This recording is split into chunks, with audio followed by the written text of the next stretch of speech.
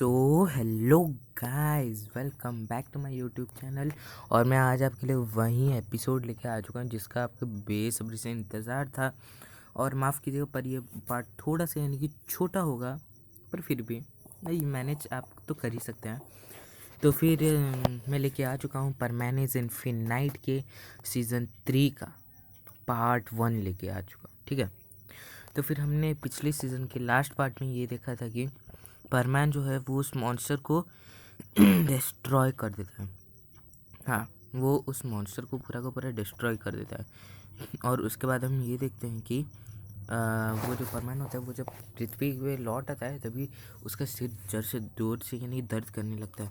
और उसके बाद उसको एक मैसेज आता है, यानी कि सभी एंजल्स को यानी एक मैसेज आया होता है, ठीक है। तो फिर उसको यानी मैसेज आता है कि जल्दी से आ जाओ, अभी एक यूनिवर्स यानी डेमन यूनिवर्स यानी कि काबू में बिल्कुल से भी नहीं है। ये वाला मैसेज आता है, ठीक है। तो फिर उसके बाद हम ये देखते हैं कि वो जो परमान होता है वो कहते हैं ये क्या हुआ क्या मेरे साथ, और क्या हो क्या रहा है भगवान, यानी गॉड ने मैसेज किया है।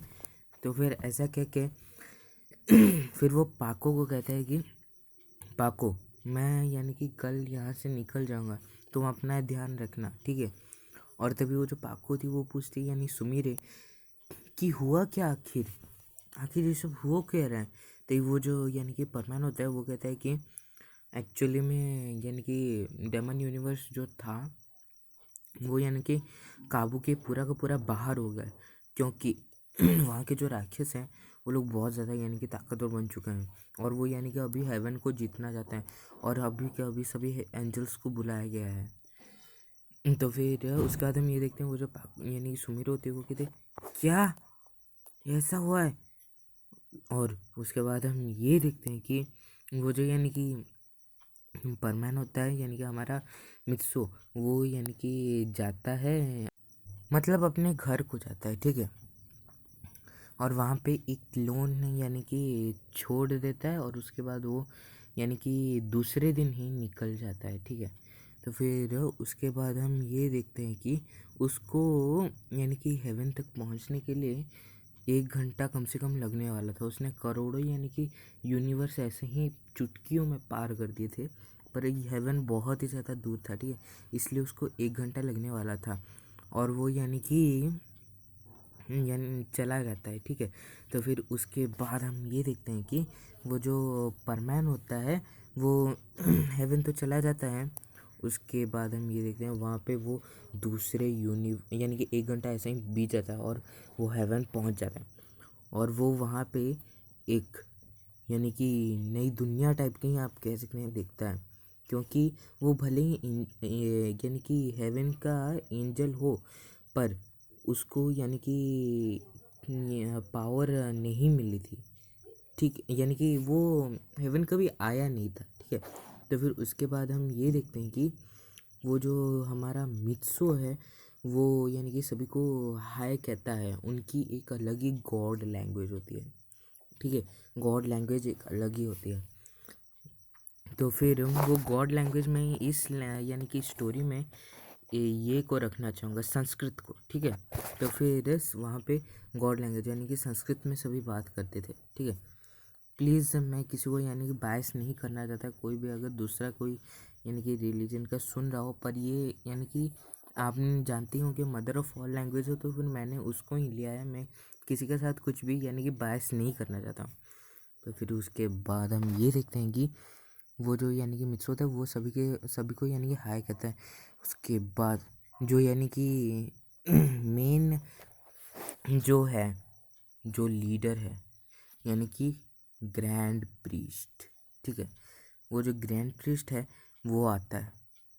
यहाँ पे मैंने गोकू को भी इंक्लूड कर दिया है, ठीक है। गोकू यानी कि गोकू वर्जन, पर उसमें 13 यूनिवर्स है, मैंने यहाँ पे बहुत सारे यूनिवर्स ला दिए, बस इतना फ़र्क है, ओके। तो फिर उसके बाद हम ये देखते हैं कि वो जो ग्रैंड प्रीस्ट होते हैं वो यानी कहते हैं हेलो सभी आ गए ना, और यानी कि ऐसा कहते हैं। उसके बाद हम ये देखते हैं सभी बोलते हैं हाँ हम आ गए और हम लड़ाई के लिए रेडी हैं। मतलब कि वो ये सब अपने लैंग्वेज में यानी बोल लेते हैं, यानी कि संस्कृत लैंग्वेज में। तो फिर उसके बाद हम ये देखते हैं कि परमैन जो होता है वो वहाँ पे दूसरे सभी यूनिवर्स के एंजल से मिलता है। ठीक है, उन बहुत सारी यानी कि एंजल्स होते हैं, वो यानी कि वो बिल्कुल भी यानी कि इंसान की जैसा बॉडी नहीं दिखता, वैसा दिख ही नहीं रहे होते हैं, वो थोड़ा अलग टाइप के दिख रहे होते हैं। तो फिर उसके बाद हम ये देखते हैं कि वो जो यानी कि मित्सो है वो जाता है यानी कि सभी के साथ फिर से मुलाकात करता है, और यानी कि वो सभी यानी कि डिस्कस करने लगते हैं कि आखिर हम कैसे जीतें उनसे। तो फिर वो मेन प्रॉब्लम क्या हुआ होता है ना डेमन यूनिवर्स में, वहाँ के जो किंग है डेमन यूनिवर्स के, जो यानी कि किंग है और एंजल है, वो यानी कि दोनों मिले जुले हैं। ठीक है, और वो दोनों यानी कि बहुत ही ज़्यादा नेगेटिव एनर्जी इस पूरे वर्ल्ड के, यानी कि ये जो जितनी भी सारे यूनिवर्स हैं सभी को यानी कि मिला के जो नेगेटिव एनर्जी उसको कई सालों से, ठीक है, कई सालों से इकट्ठा कर करके वो यानी बहुत ही ज़्यादा यानी ताकतवर बन चुके होते हैं। और वो यानी कि इतने ज़्यादा ताकतवर वो बन चुके होते हैं कि यानी कि वो यहाँ तक कि हेवन पर भी अटैक करने के लिए आगे बढ़ चुके होते हैं। तो फिर उसके बाद हम ये देखते हैं कि वो जो परमान होता है वो वहाँ पे यानी कि एक लड़के से मिलता है जो कि यानी कि ह्यूमंस की तरह ही दिखता था, पर उसका बॉडी का जो कलर है वो थोड़ा सा अलग था। ठीक है, तो वो कहता है यानी कि जो मित्सो है वो उसको कहता है हाय, और वो जो यानी कि लड़का होता है वो भी कहता है हाय, तुम्हारा नाम क्या है। तो फिर उसके बाद वो मित्सो जो होता है वो कहता है मेरा नाम मित्सो है, तुम्हारा नाम। वो कहता है कि चारिकुबे।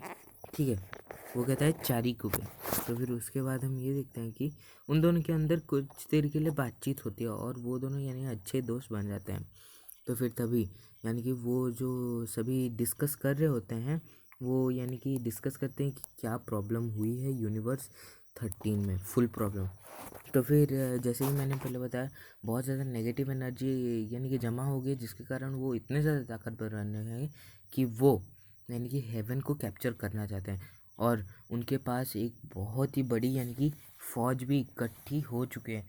तो ये वो जो परमान होता है वो कहता है क्या फ़ौज। तो वो जो कहते हैं सभी यानी जो सभी एंजल्स होते हैं वो कहते हैं कि हाँ, एक पूरी की पूरी फ़ौज हो चुके हैं, और उनकी फ़ौज में अनगिनत ये सिपाही हैं। वो भी यानी बहुत ज़्यादा उनके जो फ़ौज में सिपाही हैं वो बहुत ही ज़्यादा यानी कि तादाद में है, और उनसे लड़ना कोई आसान बात नहीं है।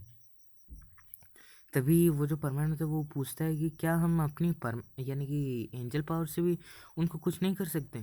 तभी वो जो यानी सभी होते हैं वो कहते हैं कि हमारी एंजल पावर्स तो हैं, पर फिर भी वो यानी कि उनका एक एक यानी कि जो सोल्जर है वो बहुत ज़्यादा पावरफुल है। ठीक है, तो फिर उसके बाद हम ये देखते हैं कि वो जो यानी कि परमानेंट होता है वो कुछ देर के लिए चुप हो जाता है और कहता है अच्छा ठीक है। तो फिर उसके बाद हम ये देखते हैं कि वो जो यानी कि सभी होते हैं उनमें से एक एंजल यानी कि एक एंजल होता ही नहीं है। ठीक है, वो यानी कि यानी कैसे कुछ करके वहाँ पे आ गया होता है, और वो उस डेमन यूनिवर्स का जासूस होता है। और वो जो जासूस होता है वो यानी कि सारी बात उनकी सुन रहा होता है।